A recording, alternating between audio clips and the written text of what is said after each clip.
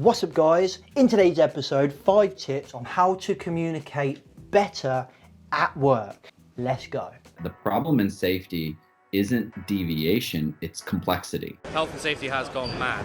Health and safety is trying to unpick having gone mad in the past. There's no one solution and one problem. The problem is that we are looking for one solution. Does the structure of the team allow them to flourish? Feel safe enough to be uncomfortable. The environment defines our behaviours. People aren't the problem, they're the solution. Rebranding safety, crushing the stereotype. Brought to you by Risk Fluent. Okay guys, welcome back to Rebranding Safety. Let me zoom in a little bitty witty. Rebranding Safety is the YouTube channel and podcast doing exactly what it says on the tin, which is rebranding health and safety. We're here to challenge those over-the-top health and safety practices. We're here to change the perception of health and safety. We do that by providing how-to tips and tricks on this channel and interviewing some amazing people over on the podcast. So go check that out as well. We're talking about my tips on how to improve your communications at work. Let's jump straight into it. Number 1, be clear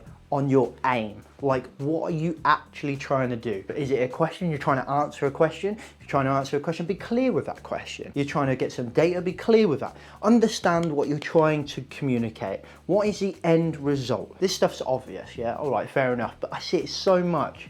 We do stuff, we communicate stuff out, but we actually don't say, what's the aim of this comms? I'm no comms expert, but I've learned a lot over the years I've been in safety, and communication is such a massive thing in safety. Whether you're communicating out a system through, say, disseminating through the management hierarchy, or whether you're kind of communicating verbally face to face, yeah? All of this stuff happens anyway, whether it's in your head and you're thinking, what's the aim of this conversation I'm having with the engineer, for example. Yeah, so be clear on your aim. If you can, and this is more for kind of like digital communications or communications, say through email and stuff like that, less, but it's still valuable, less so with face-to-face conversations. But think about what we do with the videos. We do a hook where it's kind of like short, sharp, normally right up to the camera saying like, today we're gonna give you 7 tips to improve your communications. Boom, end of, that's your hook. So now me as the recipient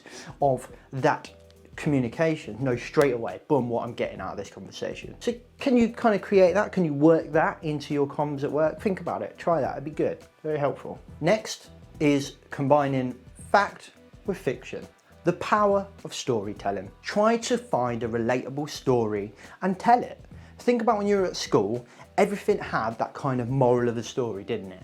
Everything that you kind of read, the teacher would be like, annoyingly, what's the moral of the story? And then you'd be like, I don't know, he's washing his hands. And then the teacher would be like, no, the washing of the hands is a metaphor for cleaning the blood of his guilt, etc. That applies still today. Go listen to my podcast I did. I think I even called it the moral of the story. And I have to talk about that, how I learn from watching telly and listening to other people speak and stuff like that, and how I kind of try and take a moral from every single story. Another thing about storytelling is it makes it relatable. It gives that connection to the recipient of that kind of communication. And here is a premiership winning, championship winning rugby player briefly to tell you about the power of storytelling.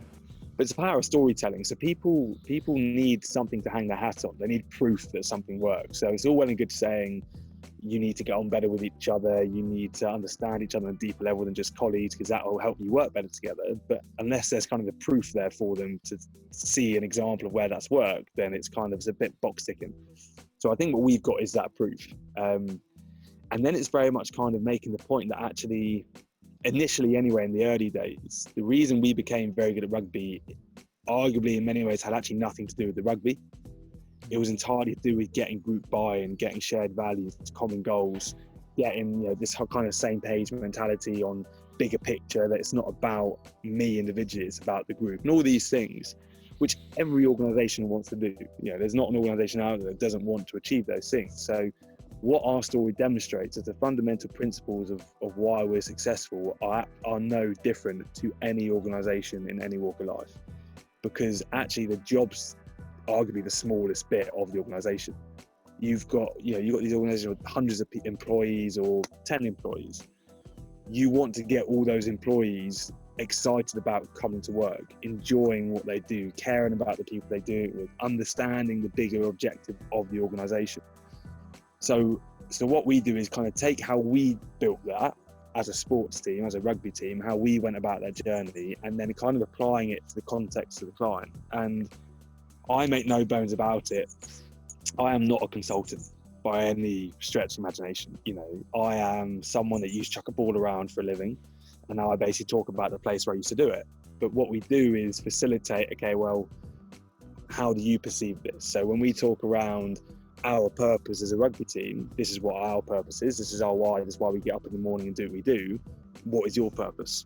And until you know what individually why you get up in the morning, you can't ever buy into what the organisation are doing. There you go, there you have it. The power of combining fact and fiction and storytelling is so powerful.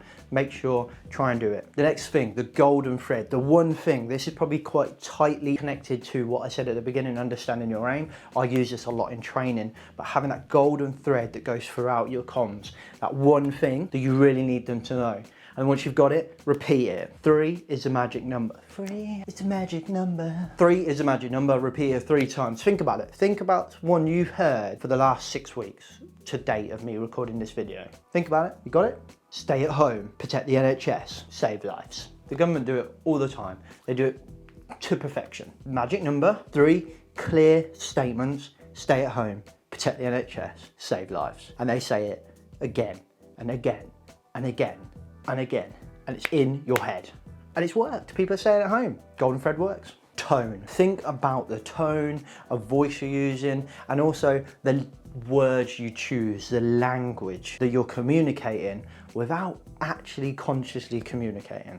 Think about it. Go listen to a podcast I did about GRETA Thunberg, right? And I talk about the aggressive language that she uses. You're killing my generation and stuff like that. The second you do that, people are like, back up. Think about that in your workplace though. Think about with your, maybe being a bit aggressive without intended to be aggressive. Are you going, you know, you need to improve your safety stats. They're like, hang on a minute, my quality stats are up through the roof, and now you're saying I need to improve my quality, my safety stats.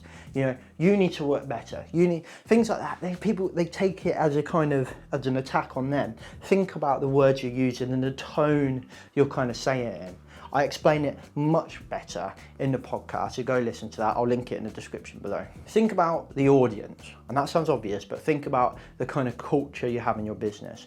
If you have a positive culture, you probably have to focus less on the words and the tone and everything that I just mentioned, because people are probably going to be already buying into your message before you even start talking, if you have a positive culture. However, if you have a negative culture, it's probably the other way around. You're going to have to really focus on what you do. So think about some of the stuff you've seen during coronavirus.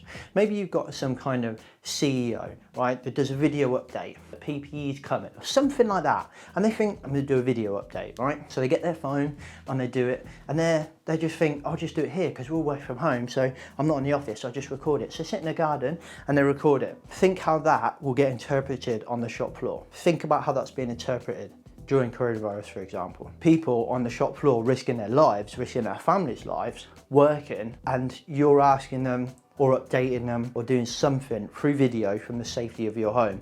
If you don't have a strong culture, they could look at that and it could start to build resentment. Oh, yeah, right there. They don't even listen to your message now. They're just going, oh, you all right? Comfortable there, are you? In your garden? I'm slaving down here, putting myself at risk. Think about it. That stuff happens. I've seen it all the time. See all the comms coming out on LinkedIn. We see it in the news. But how could you change that? So for example, maybe you're volunteering one day. Maybe you're going to the shop floor one day. So you go to the shop floor. That's when you do it.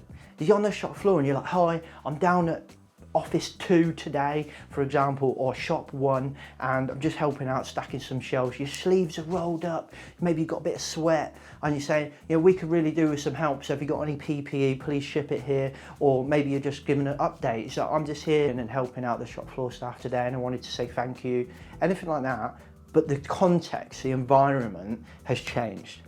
Now people look at that and they listen, but they also listen and they see strong leadership, they see good leadership, they see you getting your arms and elbows into the dirt of doing the do in challenging times. So think about that kind of context and your culture and what you're kind of communicating without actually communicating, especially if you're communicating via video. Okay, that'll do. Thank you very much for watching.